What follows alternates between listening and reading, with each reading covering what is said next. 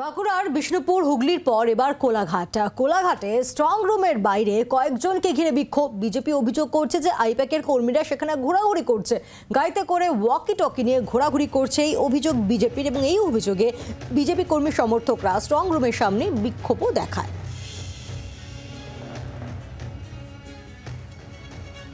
কিরণ মান্না রয়েছেন টেলিফোনে প্রতিনিধি। কিরণ, এখন এই মুহূর্তে পরিস্থিতি কি স্বাভাবিক? হ্যাঁ দেখো, এখন ওখানে আধা সামরিক বাহিনী পুলিশ ওখানে মোতায়েন রয়েছে। স্ট্রং রুমের চতুর্দিকে তারা ঘোরাঘুরি করছে। যে অভিযোগে গতকাল গভীর রাত থেকে সরব হয়েছে বিজেপি, যে ওয়াকি টকি নিয়ে বেশ কিছু অচেনা চেনা যুবক সেখানে ঘুরে বেড়াচ্ছে এবং যেখানে নজর যাবে না সেই সব জায়গায় এক গাড়ি নিয়ে তারা সেখানে ঘোরাঘুরি করছিল।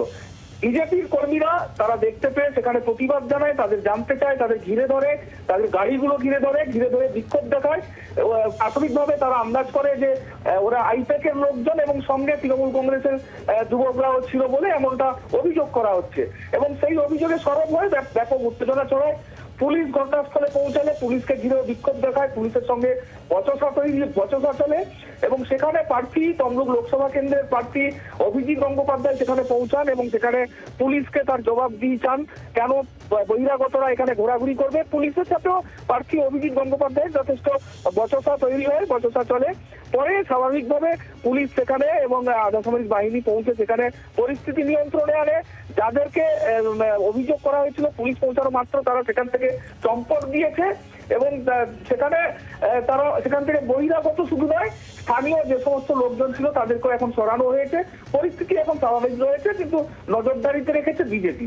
যদিও তৃণমূল কংগ্রেসের পক্ষে এই ধরনের অভিযোগ আমল দিতে চায়নি এবং বক্তব্য রাখতেও চায়নি আমাদের ক্যামেরার সামনে। ধন্যবাদ কিরণ।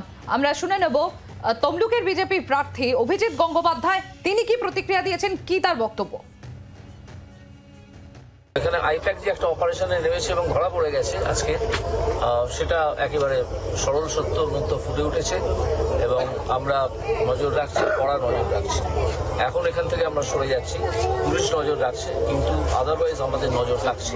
আমি এখানে স্থানীয় ওসির সঙ্গে কথা বলেছি, তিনি আমাকে কথা দিয়েছেন এরকম ঘটনা ঘটলে তারা উপযুক্ত ব্যবস্থা নেবে। সেই আশায় তার উপর ভরসা করে আমরা চলে যাচ্ছি। বাংলার আওয়াজ, বাঙালির আবেগ, জি 24 ঘন্টা।